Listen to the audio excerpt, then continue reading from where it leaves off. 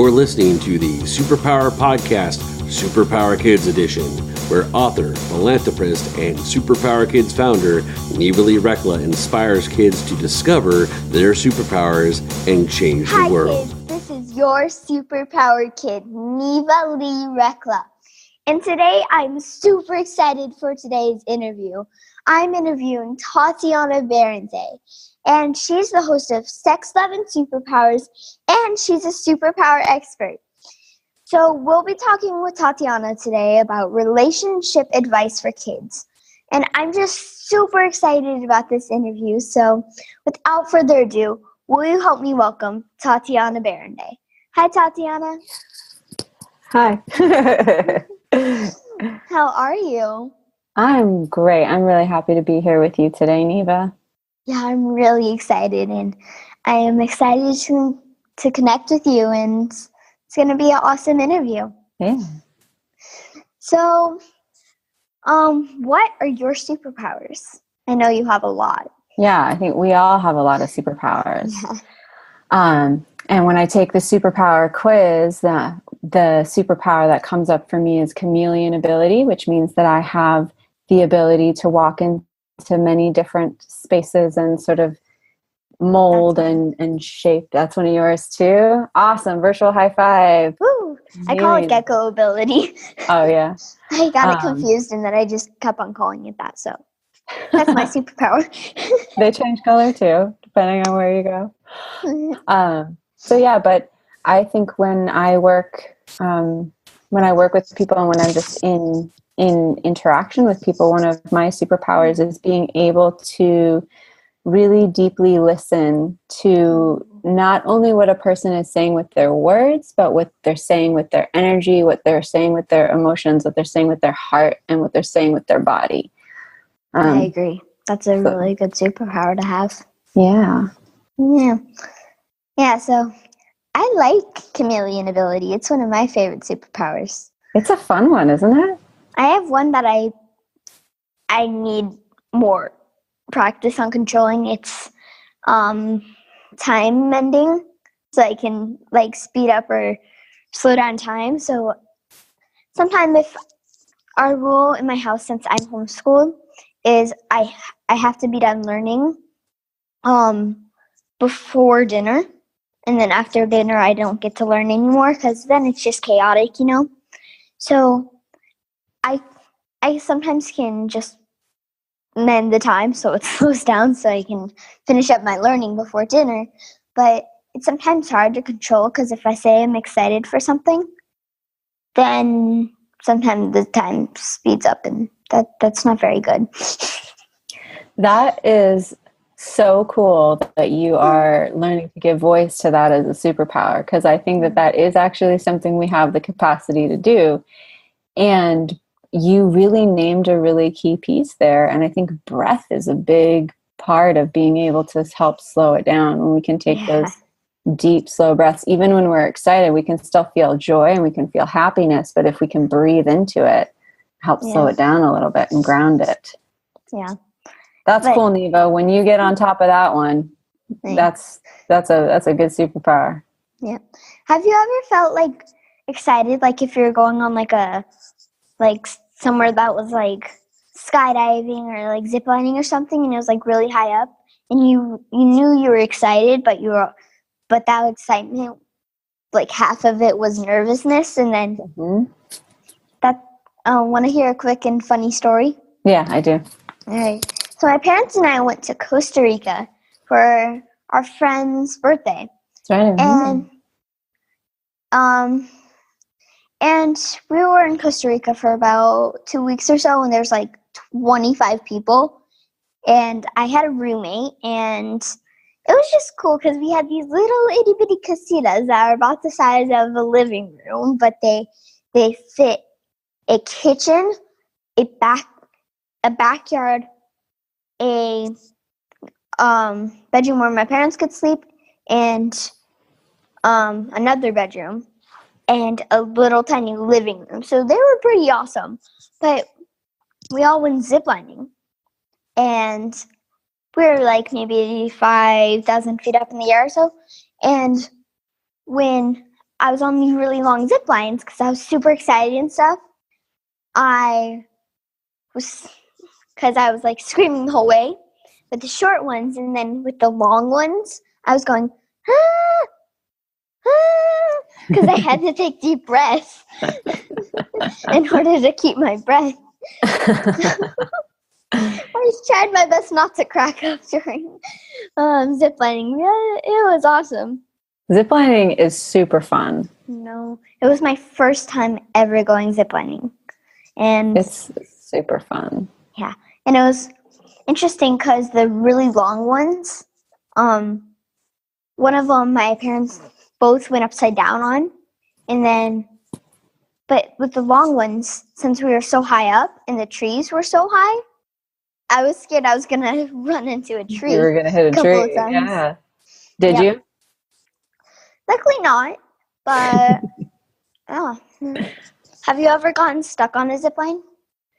No, I have not, and I'm grateful for that. Actually, the shorter ones, the last time I went ziplining was this summer with Sana, and the shorter one actually scared me more than the longer one did because I was afraid because it didn't have the same angle.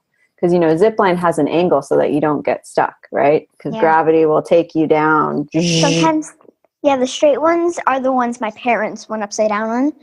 Yeah, I actually got stuck on one, and I was like 2 feet away from the guy, and my dad went before me, and then I had to arch my back all the way as far as I could, reach out my hand so the guy could grab me. It was so painful. Wow. But it was totally worth it. Totally. Fun stuff. All right. So I thought, since we're both superheroes, how about we do a superhero pose? All right. This is one of mine. This is mine. I always do this one. That's good. Feels good. This is another good one. Ah, yeah. I love making it look like I'm going to fly. Mm-hmm. Yeah. I hope I didn't hit my fairy house. Yeah, do you want to check in with them for a second? See how the fairies are doing? I think they're doing fine. Okay, good. We always want to check in with the fairies. We need them on our side. Our old house, it was a tinier house than this one, but we had fairy trees. And my dad and I can both have visions or something, or like talk to guides. And my mom has that superpower as well, but we were all in the pool, and then I heard my dad talking to the fairies and saying, "We'll take care of you." So it was really cool because I think I always see fairies. Because one of my superpowers I got when I was maybe like 6 or so, I saw rainbow dots kind of, and all lines. And I remember just totally freaking out and talking to my mom, and I'm like, "Are you still there?" And I remember it was so weird and cool at the same time. It was interesting. Have you ever had a vision or something? Yeah, I have. I actually, speaking of fairies, you should talk to Sana about this because she really wants to learn how to see fairies, because I told her about my experience. One summer I was living on a piece of land where they actually did a lot of work with the fairies and the devas of the plants. So the fairies, from their understanding, are the architects of the plants, which means that they help to build the plants. They're like the life force generator of the plants. Awesome. And the people who ran this place, called the Sirius Community in Shutesbury, Massachusetts. I was doing an apprenticeship there. I was learning about how to grow food, learning about how to build buildings, and there was an orchard where had a lot of fruit trees, and I was walking through the orchard at dusk. So when the sun is starting to set, and it's kind of that hazy time of day. And I was all by myself, and I was walking through the orchard, and all of a sudden I saw these little lights around the tree, and they started to pulsate, and they started to do this kind of thing, and they were throbbing back and forth and getting bigger, and they were changing sizes and they were changing colors. And I had a moment where I thought, oh my God, I can't believe what I'm actually seeing right now. And then my mind came in and said, no, that's not fairies. You're just seeing fireflies. And then all of a sudden, all of that magic that I was experiencing disappeared. The lights disappeared. The colors disappeared. And all I saw were little fireflies flying in the orchard. Wow. So the mind can really make it harder for us to have access to those kinds of things.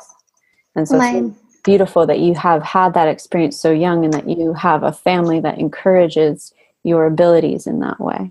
Yeah. My mom tells me your ego wants to kill you.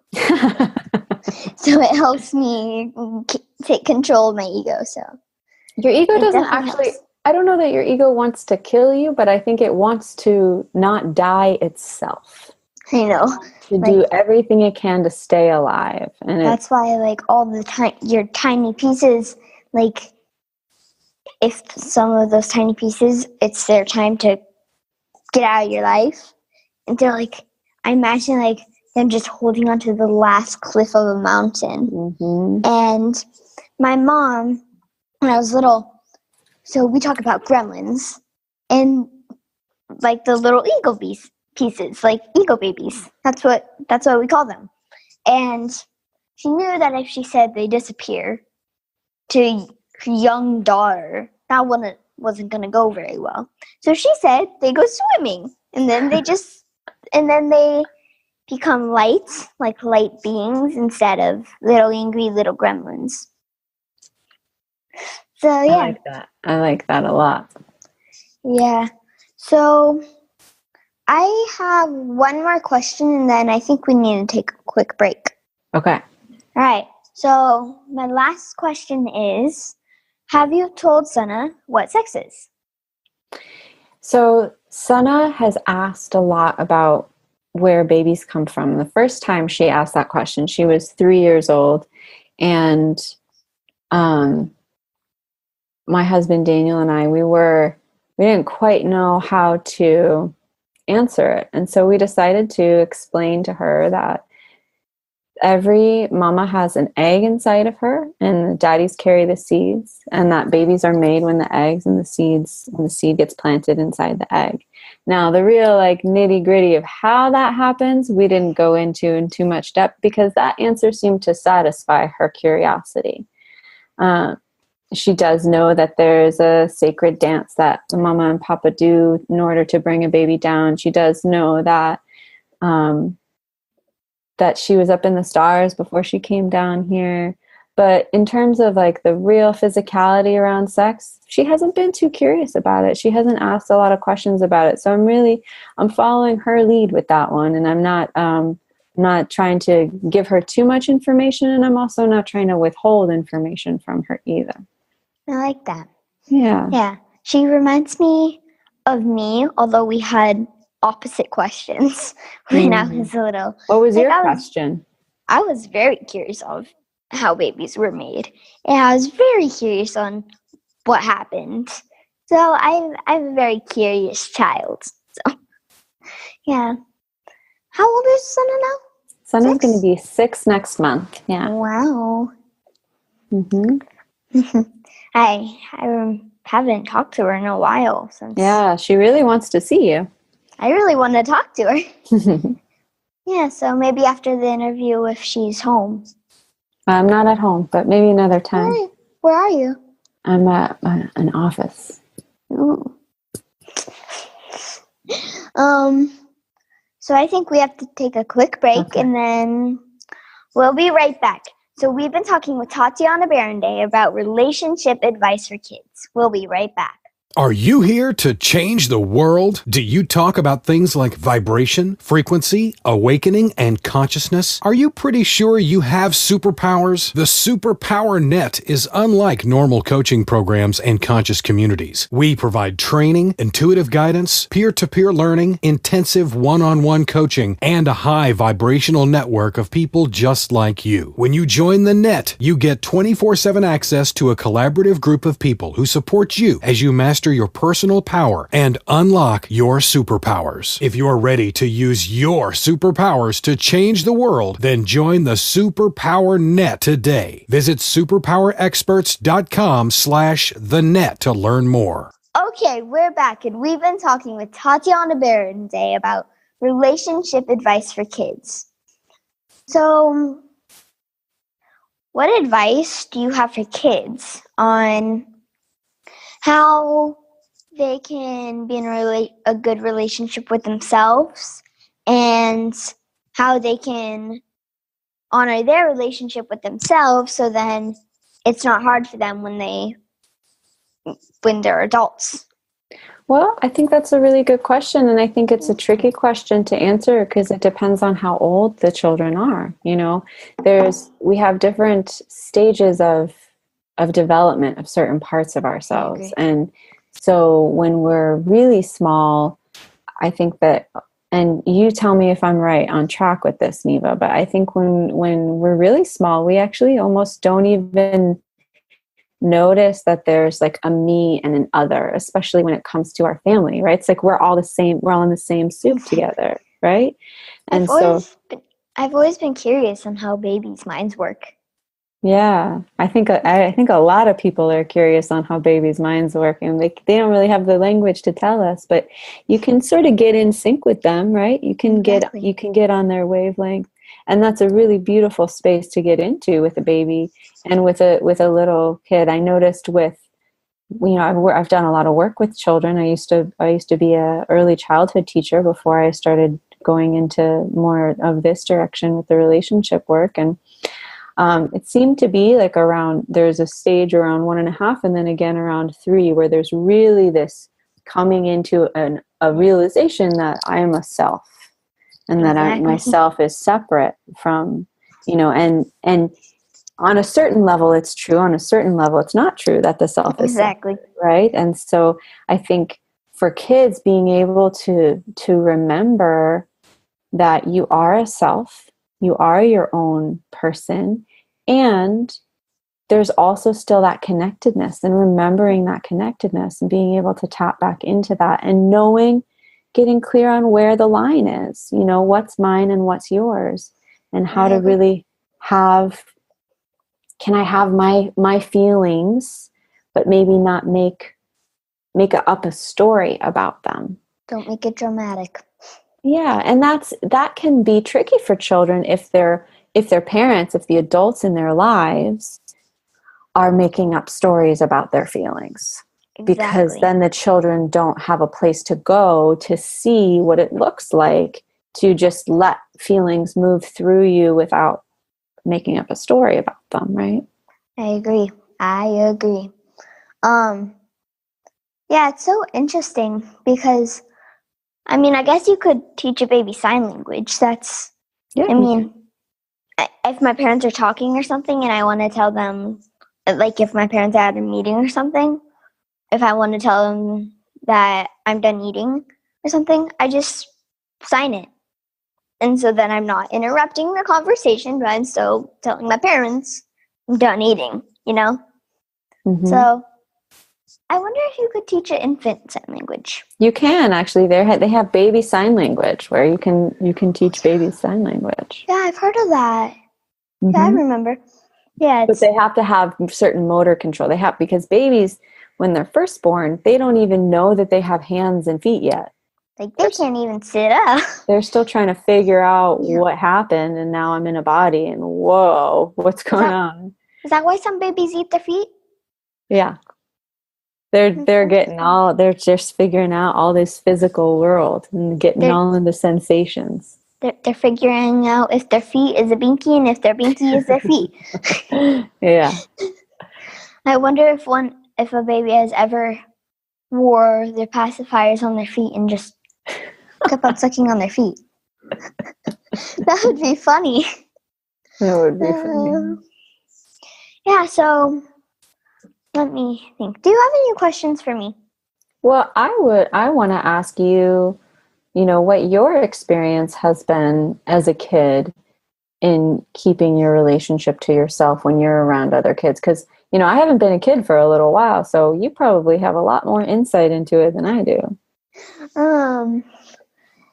Well, I can honestly admit that sometimes I'm not the best of keeping a relationship with myself. And sometimes if someone's being mean to me, if it's like a kid, I'm sometimes afraid that that my ego is afraid that they're not going to play with me. Mm-hmm. And then my knowingness is going, so what if they don't play with you? Go make some new friends. Mm-hmm. And so I find that I always like to be connected with myself. And if I'm having trouble with that, I talk to my guides. So I have a lot of guides. And I want to hear a quick story that my mom shared with me. Mm-hmm. So it all links into this one story. So in our old house, I was tucked in bed, and then I hear these 4 people chatting, just blabbing. And I didn't know what they were talking about. But there's like this scientist guy with an afro, and 2 other men, and then 1 woman. And it was interesting. And then I told my mom about it, and she told me the story about when I was little. And because when I actually saw them all like floating with like crisscross, just sitting like if they're sitting in a chair. And I remember just seeing them talk. And then I sat up and looked at them. And then all of them looked at me. And I kind of froze. And then I just went under my covers because I'm thinking to myself, why are these 4 beings in my room right now? And so I told Mom about it. And she shared with me the story about when I was 2. And it was a really interesting conversation. So my dad, he was away in Afghanistan. And so my mom was telling me, Neva, go pick up your shoe. And I said, no. And she said, Neva, can you please go pick up your shoe? And I said, no. And then a little after that, she saw me talking and like chatting with someone, like going, all right. And then she said, Neva, who are you talking to? I'm like, they're the white people. And so those were who were in my room. And so I said, Mommy, you're right. I'm sorry. And I went and picked up my shoe. So I channeled them, and they said their names are Alex, Mary. I don't remember the other 2's names. But I remember that they were really not scary at all. But have you ever had like a situation where like guides or something are following you, and then it's just like freaking you out kind of? I've definitely had situations of being afraid of different energies that I could feel, but I couldn't see. I'm not like you in the same way of being able to see. Some people have that clairvoyance in that way. My clairvoyance shows up a little bit differently in that I can see projected possibilities of the future, but I don't see entities and things like that in the same way, but I can sense them. I'm aware of them. That's cool. But most of that and my opening up to that came through, because I shut down in my life. I shut down when I was about your age. I shut all my light. I closed up shop. It wasn't safe to shine anymore. And so it took a long time for me to get back into shining, and being willing to open back up again. And for me, the piece that really helped me to start feeling on the other side again was when my brother died, because I knew what he felt like when it was like me and you talking, right? And so I knew what his energy signature felt like from me knowing him in real life. And then when he died, I was able to still feel his energy signature around. And sometimes I would have, I had some moments where I started to think maybe I was going crazy, because I would be driving and my brother would be sitting in the car next to me. And he and I would be having a conversation just as if he was still there. And at one point I thought, okay, I'm really losing it. But then I started to hear more stories of other people who had had experiences like that. And so then I started to become aware of different energetics. But there's definitely still some cultivation that I could do on that end, and some growth that I could do on that end.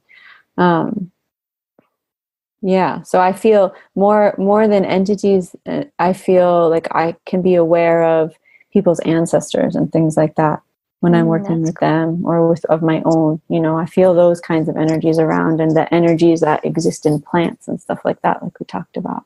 It's really cool. So how do you connect with the future? For me, I receive visions about the future. Ooh, that's cool. So it's hard to describe. It's just kind of like a download. Like I get a flash and I get a picture.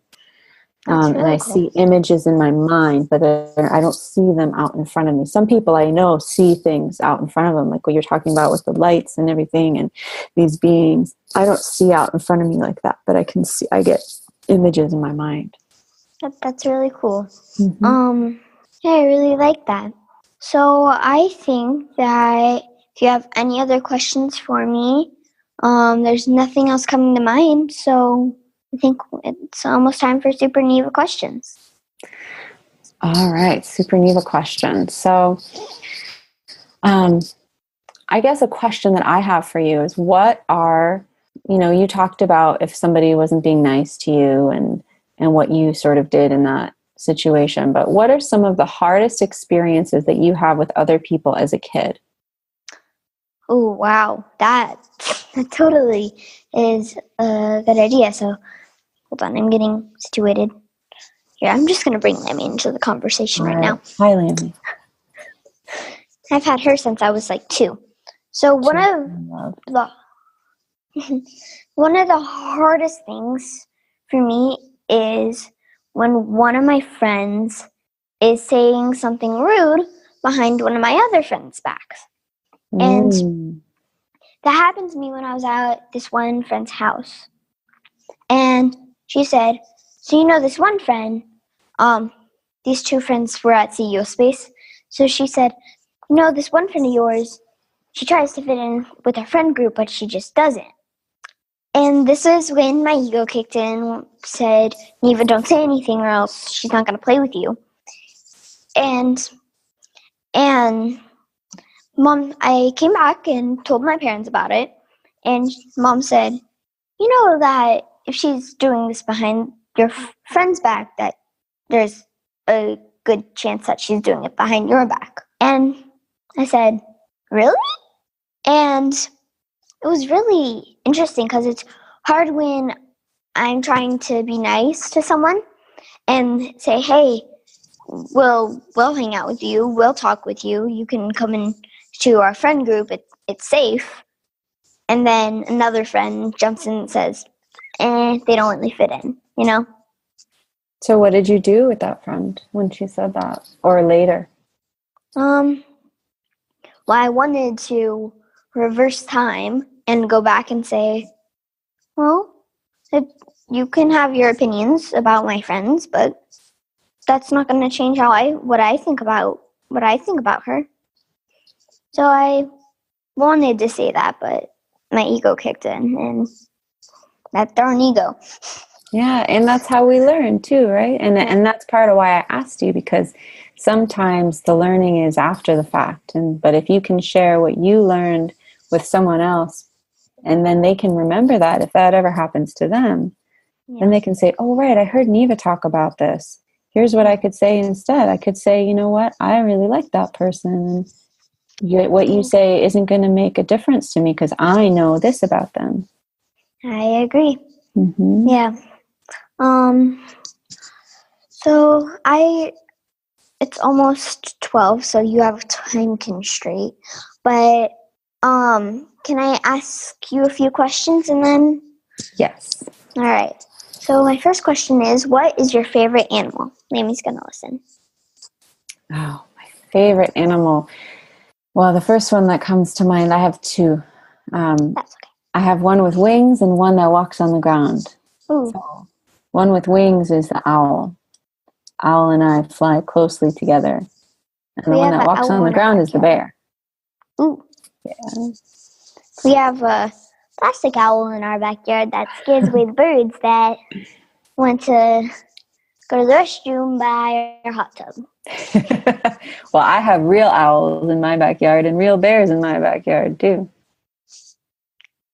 Real bears? Yeah, I Baby love bears? them. Some, I've seen a juvenile walking through. I haven't seen a mama and cubs in my backyard. I've seen them around the neighborhood. Juvenile? So like a teenager. Oh, that's cool. Mm-hmm. Yeah. So, what is your favorite color? My favorite color has to be the rainbow, when all the colors are together. That's mine. Yeah, I like that, but probably my most favorite color out of the rainbow is turquoise. That's a good one. I was going to say some kind of shade of blue, like what's in that painting back there behind you. Yeah. Mm-hmm. I like pretty much every shade of blue. I'm with you on that one. Yeah. Let me think.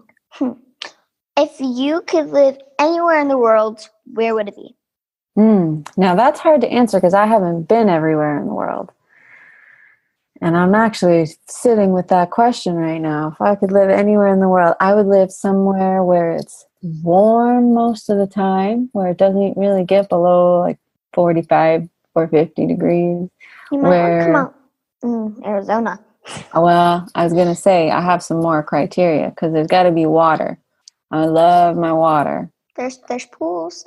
Yeah, natural sources of flowing water or the ocean or both would be the best, ideal. And a place with, clean water and clean air and lots of sunshine. Well, California has forest fires, so it's not necessarily cleanest of air. So when my parents and I went to Costa Rica, we're not used to humidity. Costa Rica is so freaking humid.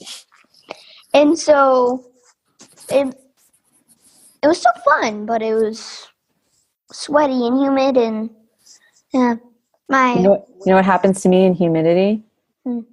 My hair gets all frizzed up and it gets like this big. Wow. That's what happens to me in humidity. Want to hear a quick story? Sure. So my mom, she saw this cootie, I think, or it was a cootie or a Cody, either one. And she wanted to take a picture of it. And she saw it. But when she took a picture, it wasn't there. And I'm thinking to myself, is that thing part of Empire? Or what? Because it was really confusing. And she showed me the picture. I'm like, it's a tree? She's like, no, there was an animal right there. I'm like, really? And it was so weird because I didn't get to see the Cody or cutie or whatever it's called. But how she explained it, it sounded like a part vampire. Because, like, vampires don't show up in pictures, you know? Oh, right. I forgot about that. Yeah, or the mirror. How do they put their hair in ponytails?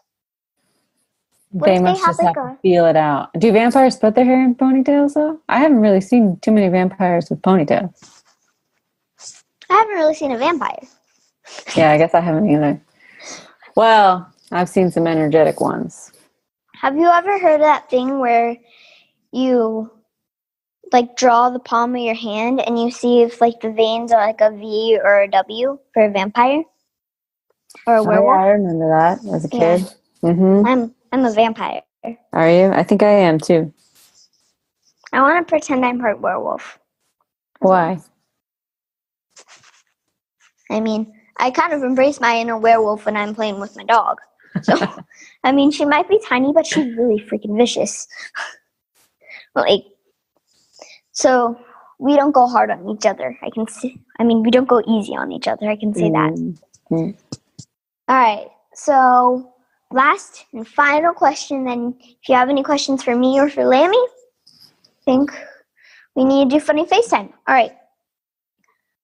If you could have any superpower, what would it be and why? If I could have any superpower in the world, I've been thinking about this one for years. It would be to be able to teletransport. Teletransportation. That would be it. And why? For so many reasons. I mean, I'm not a big fan of all the travel time and all of the stuff around travel and all of the expense around travel. I just like to get from point A to point B. I love going different places, but the process of traveling is just such a pain, and it would be so much easier to just do the whole bewitched thing and twitch my nose and be somewhere else. Wouldn't that be awesome? And then you could bring Senna. Yeah, and then I could go so many more places all at the same time, because I have friends who live in all these different places around the world, and I don't get to see them very often. Yep. I actually have 3 superpowers. That you would want? What? Tell me. Flight, invisibility, and mind teleportation. Mind teleportation. Mm-hmm. So like you think about where you want to go and then you're there. Yeah. The reason I would want that is because I would be the best hide and go seeker ever. That's a really good reason. Because like you could just be looking all over the house and you've already done 10 rounds and you're out of areas. And then you could just think to yourself, bring me to Hawaii. And then you could go to Hawaii. Like, bring me in, like, take me to go see Tatiana. You know what would be cool? It would be cool to play a mega game of hide and go seek with a bunch of people who had that superpower, because then the whole world would be your hiding place, right? That would be so awesome. That would be pretty cool. But I feel like if there was somewhere like that has like a volcano or ocean, you would want to be specific. So you don't want to be by a shark, and you don't want to be on top of a volcano that still is erupting. And so I'd be specific. And I would say, bring me to the beach of Hawaii. And which beach? Because they're not all great. Depends on where you go. But maybe Japan. Because I could go visit my cousins and aunt and uncle. They live in Japan. Oh, yeah. Because my uncle is in the Navy Air Force. So, and also, so I have one quick story to share, and then wrap up. And then we're gonna do funny faces. Yes. Okay. Okay. So, the light in my bathroom, it's automatic, and you can choose to turn it off. My sister and I were playing hide and go seek, and she didn't know that you could turn it off. So, but I didn't know she didn't know that. So I went into the restroom. I turned off both lights, and it was hard for me to get in the bathtub. I was just like standing behind the shower curtain. She even looked in the shower. And she didn't see me. Like I think she looked in the shower, but I was really close to the wall. But I think I knew she was in the restroom, and I normally laugh if she comes in because I have trouble keeping a straight face. I was like that too when I was a kid. Yeah, so I had to go and then it took her about 30-45 minutes to find me. And so I heard her talking to my parents and saying, I can't find your daughter. I don't know where the heck she is. And it got to the point where I had to sit on the itty bitty edge because my legs were getting tired. And I had to sit on the little corner of the bathtub without getting noticed. And so I finally told her and said that the bathroom light can be turned off. But that's why I like the mind teleportation, invincibility, and flight, because you could go on the ceiling and you could disguise yourself as the ceiling. Well, I know some people who teach invisibility. Please give me their information. How do they teach it? It's a tracking skill. It's from the ancient times. The indigenous people of the First Nations people of Turtle Island of North America knew how to do the invisibility thing. Some of them still know it, and some of them teach it. Will you please connect me with those people? Yeah, sure. Thank you. All right. So I think we need to do funny FaceTime. All right, let's do it. All right. So Lammy's going to make her funny face because I need my hands. Okay. That's Lammy's funny face. Oh, it's a good one. Yeah. And then this is mine. Okay. You and I both do that at the same time. 3, 2, 1.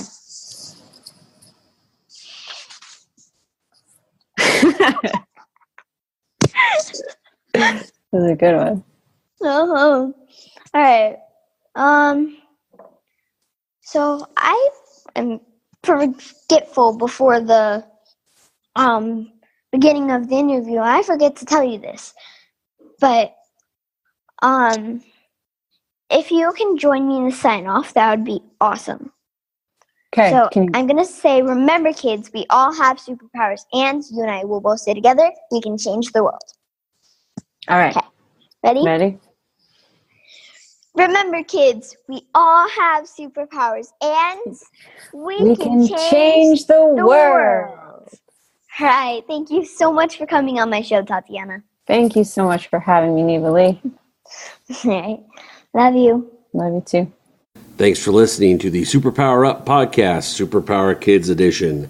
Go now to superpowerkids.com and discover your superpowers today.